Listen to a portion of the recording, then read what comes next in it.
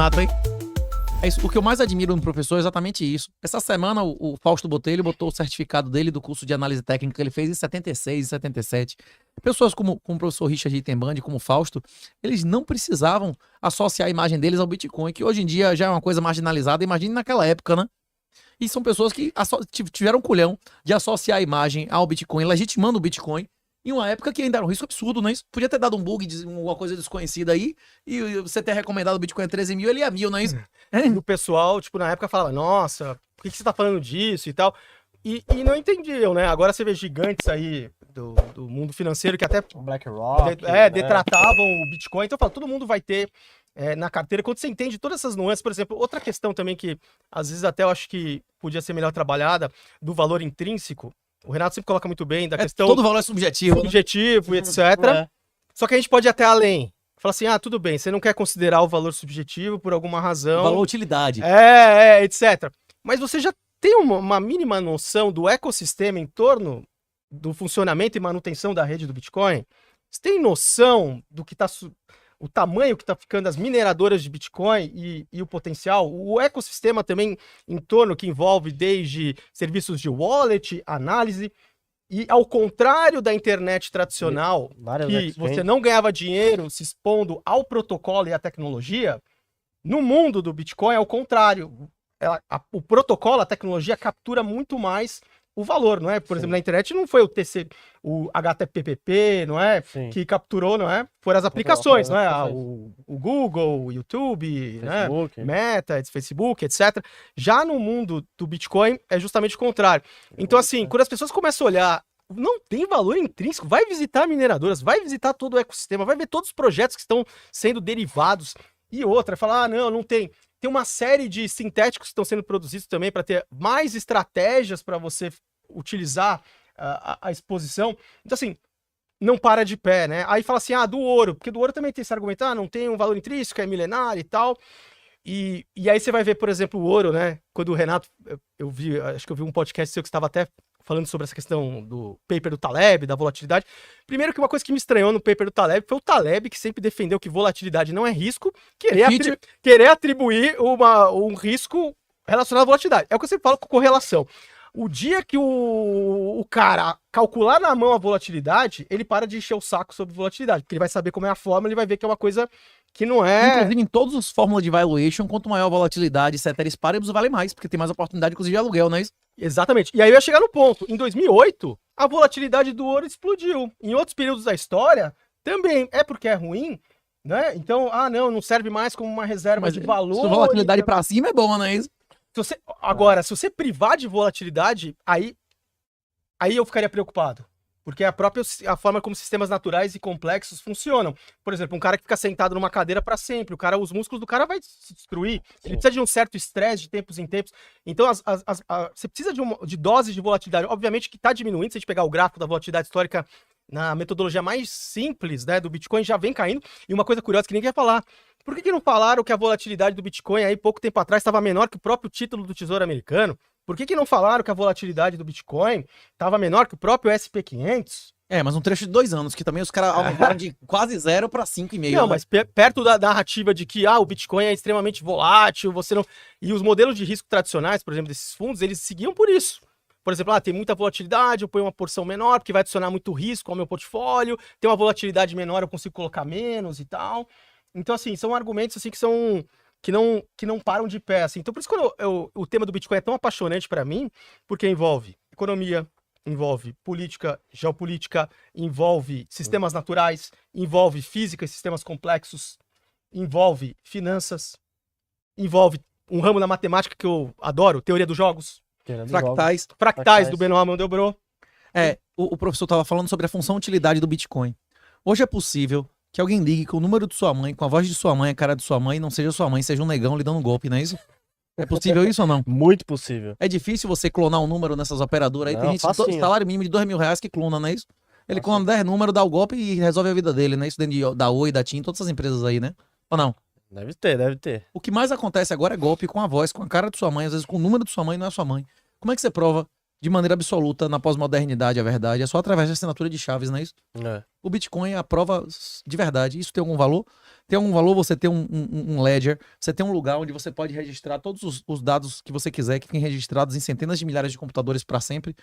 Tem algum valor você ser imune a controle de capitais? Tem algum valor você ser imune à decisão de ditaduras arbitrárias, de golpe de esposa adúltera, de filho bastardo, de filho indigno? Isso tem algum valor? O valor intrínseco do Bitcoin é exatamente esse. Esse é a prova de verdade absoluta. Ele, através da assinatura de chaves, você consegue comprovar a sua identidade, que inclusive agora está se desenvolvendo no NOSTR, né? Que é a rede descentralizada, que vai ser o Facebook, vai ser o ambiente que vai ser negociado no Marketplace e a rede social do Bitcoin, que é o NOSTR, e através do Bitcoin só a on-chain, você consegue imunidade de diluição da inflação, imunidade de controle de capitais, porque o cara não tem como tirar sua capacidade de tirar dinheiro do país, a não ser que proíba todos os meios de comunicação e transporte, e imunidade à expropriação involuntária. Se isso tem alguma utilidade, essa é a utilidade do Bitcoin.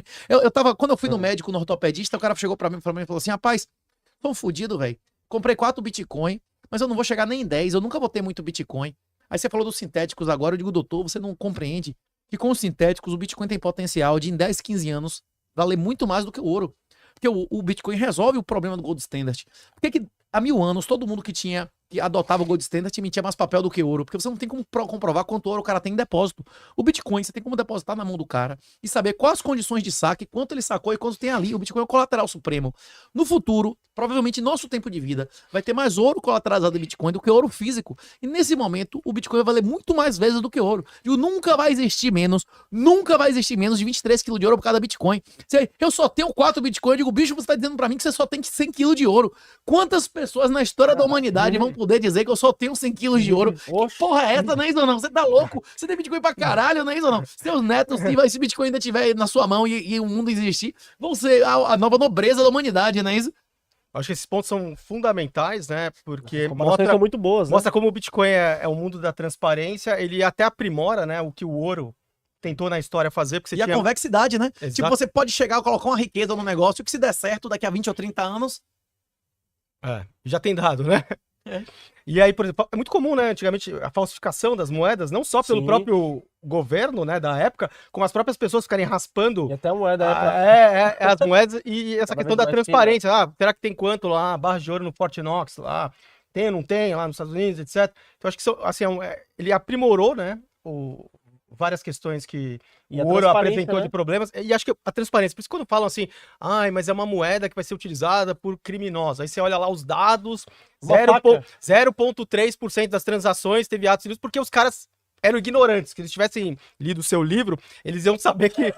A maioria dos dólares tem cocaína. É o mundo da transparência e que não é o melhor lugar para fazer esse tipo de coisa. Luan, então, assim... Quem confiou no governo se fudeu ou se armou historicamente? Sim, sempre se ferrou, né? Só sobreviveu quem fugiu do governo, não é isso? Exatamente. É melhor Laura ter uma wallet de Bitcoin, viu? Não tem Bitcoin na carteira? Não, tem sim. Acho assim que todo mundo deveria assim, ter uma meta assim, que não é tão simples, não é? Qual que é o ponto, assim? Acho assim que a pessoa tem que pensar, eu tenho que ir juntando frações até chegar pelo menos a 1 Bitcoin. Se eu tiver 1 Bitcoin, eu vou estar num grupo especial no futuro aí do que vem por aí no mundo. Um grupo seleto. Assim, um grupo de magnatas. É equivalente a ter 23 quilos de ouro. É equivalente a ter 23. Nunca haverá menos de 23 quilos de ouro para cada Bitcoin, porque a inflação do ouro já é maior do que a do Bitcoin. Boa. Então, acho que 1 Bitcoin, assim, deveria ser uma meta da pessoa aí. Vai juntando, né? E nunca mais, se a pessoa chegar a ter... independência financeira, antigamente, que existia juro positivo, era você ter, em valores líquidos, né? 300 vezes o seu consumo mensal. Só que hoje em dia, você não consegue fazer yield. Então, não importa o quanto dinheiro você tenha, que você nunca consegue fazer. Se a porra é negativa, sua riqueza vai diminuindo. Muitas pessoas acreditam, inclusive, que no futuro a independência financeira vai ser ter 300 vezes o seu consumo líquido em Bitcoin. Em vez de investir em Bitcoin, você vai alavancar em Bitcoin.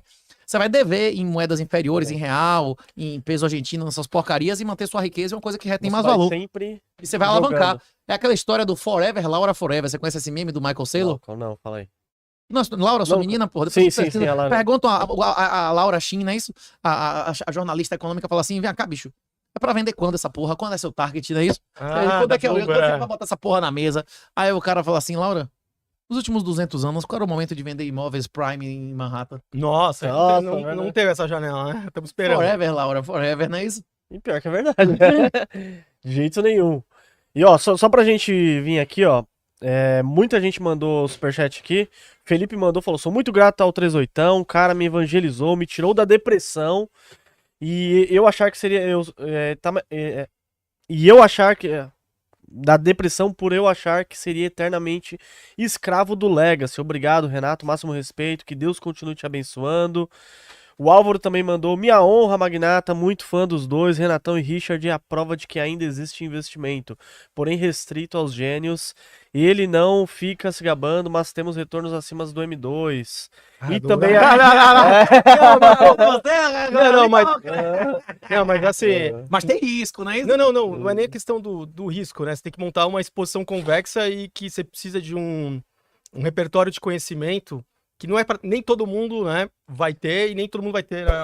É o que a gente tá tentando fazer, né? Tentando levar a mensagem. A levar essa mensagem e, de certa forma, né, ser mais acessível para as pessoas, assim. Mas é raríssimo. Às vezes a pessoa comemorando porque empatou com a inflação oficial e mal sabe ela que ela foi... Obliterada, 12%, 10%. Destruída em termos de poder de compra, né? Então, são coisas assim que são bem...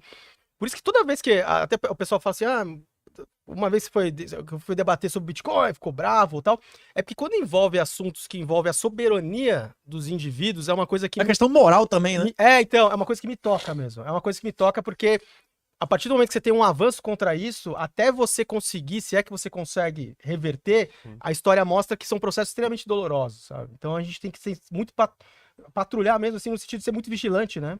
E nesse momento da economia, a gente tá sofrendo, eu posso dizer, ataques, né? Porque a sua privacidade, ela está sendo invadida cada vez mais. E são cíclicos.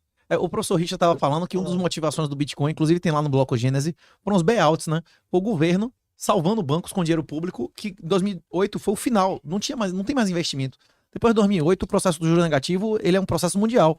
Agora, o subtítulo do mesmo jornal que está registrado no Bloco Gênese é: Israel deixa de ocupar militarmente Gaza pela segunda vez. Isso vai ter pela terceira, pela quarta, pela quinta, pela sexta vez. E o governo vai continuar queimando dinheiro, os conflitos vão continuar existindo enquanto tiver moeda fiduciária, né? Enquanto o mundo é mundo, tem ciclos. O que eu tô aqui para dizer é exatamente isso. A República de Weimar, tudo que aconteceu aquilo ali, acontece de tempos em tempos. O que você pode escolher não é se vai ter uma República de Weimar ou se não vai.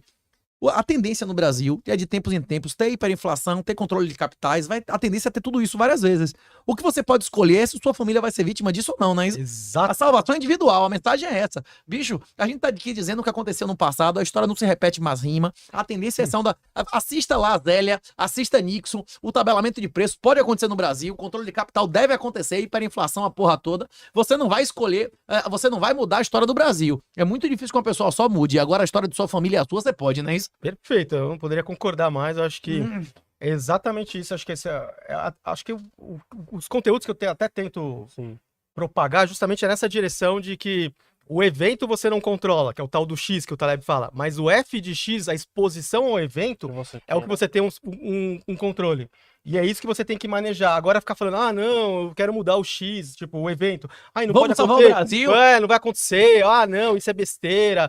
Por exemplo, o risco de conversibilidade que eu falo, de moedas emergentes, que as pessoas falam, mas é um risco tão pequeno, mas justamente são esses os mais perigosos, porque a hora que sua família, se ela for pra ruína, alguém over, não tem volta, isso tem impactos em outras gerações, sabe? E se não tiver a geração, a ruína pode ser física também, não é isso? Exatamente. Então, assim, são questões assim que são muito importantes, eu acho que o que a gente tá vendo hoje dessa discussão que a gente vem fazendo já nos podcasts, conteúdos, não vai faltar muito tempo, não. Acho que alguns aninhos aí vai estar já no mainstream e os caras vão falar, não, era óbvio. Era óbvio. Era óbvio que ia acontecer, não sei o que, etc. E os caras vão adotar como se nada tivesse acontecido, assim. Tipo, passa o pano e segue o jogo, sabe? Exatamente. Mas as já são tudo compradas mesmo. Quantas pessoas já foram, não é, dilapidadas no meio do caminho? Porque é muito sério isso. Por que eu falo que é muito sério? A gente já deu o exemplo da República de Weimar. A destruição não foi só da moeda, degenerou... As famílias. A maioria das famílias de classe média prostituíram um filho para comer, né? Degenerou toda uma sociedade que implicou em uma coisa terrível, foi o nazismo. Então, tipo, você tem N, não é só uma... Porque às vezes o pessoal fala, não, vamos ficar só no debate econômico. Pô, você não tem como. Não tem como. Mas a Bolsonaro foi uma resposta ao kit gay do desarmamento. Se não tivesse kit gay de desarmamento, o Bolsonaro, ninguém nunca ouviu falar sobre esse cara, não é isso ou não? Eles exageraram em coisas que a sociedade não aceitaria, e a única pessoa que deu teste àquilo virou presidente, não é isso? Quem desse testa naquilo ia virar presidente da República. Alguém quer kit gay com imagem de penetração anal pra criança de 6 anos na escola?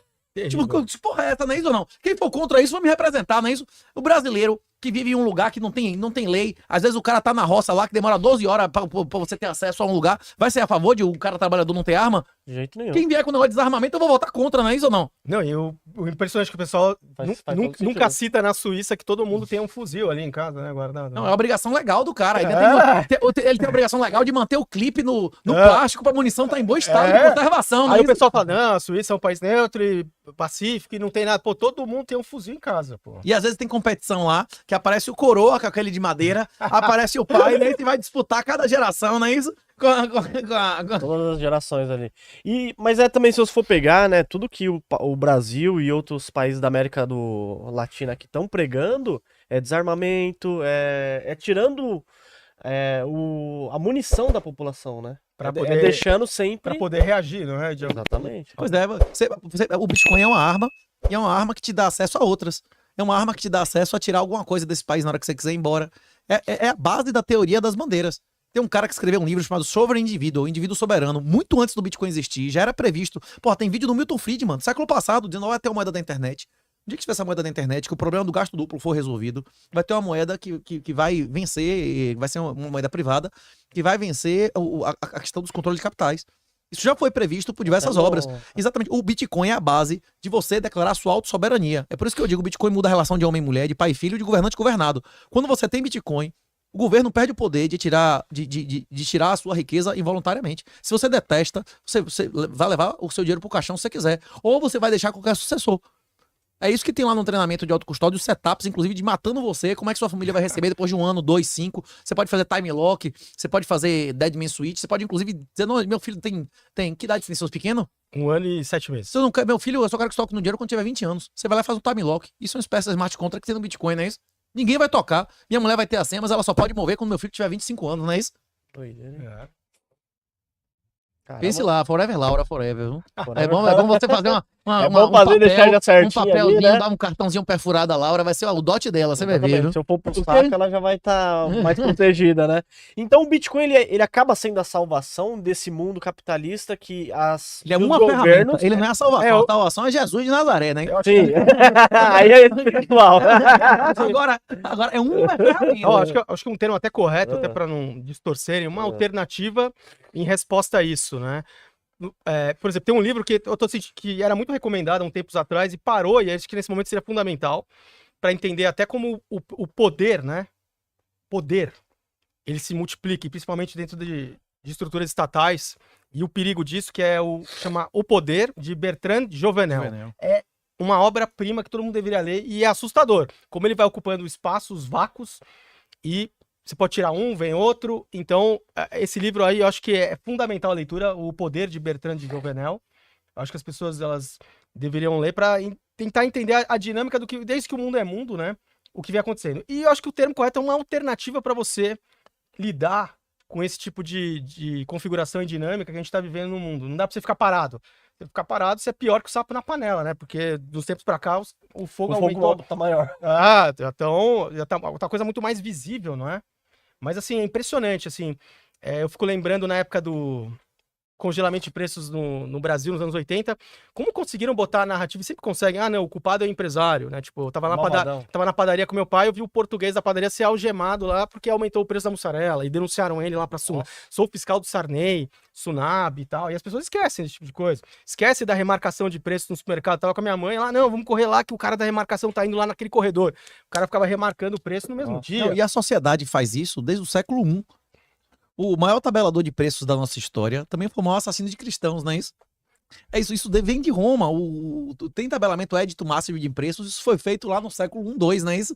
É de lascar isso. E nunca funcionou, né? E nunca funcionou. Milhares de anos e os caras continuam fazendo isso. Puta que pariu. E eles ainda continuam até hoje, né? Querendo insistir em uma prática que não faz sentido nenhum. Não faz sentido financeiramente, mas pra eles faz porque aumenta o poder deles, não é isso?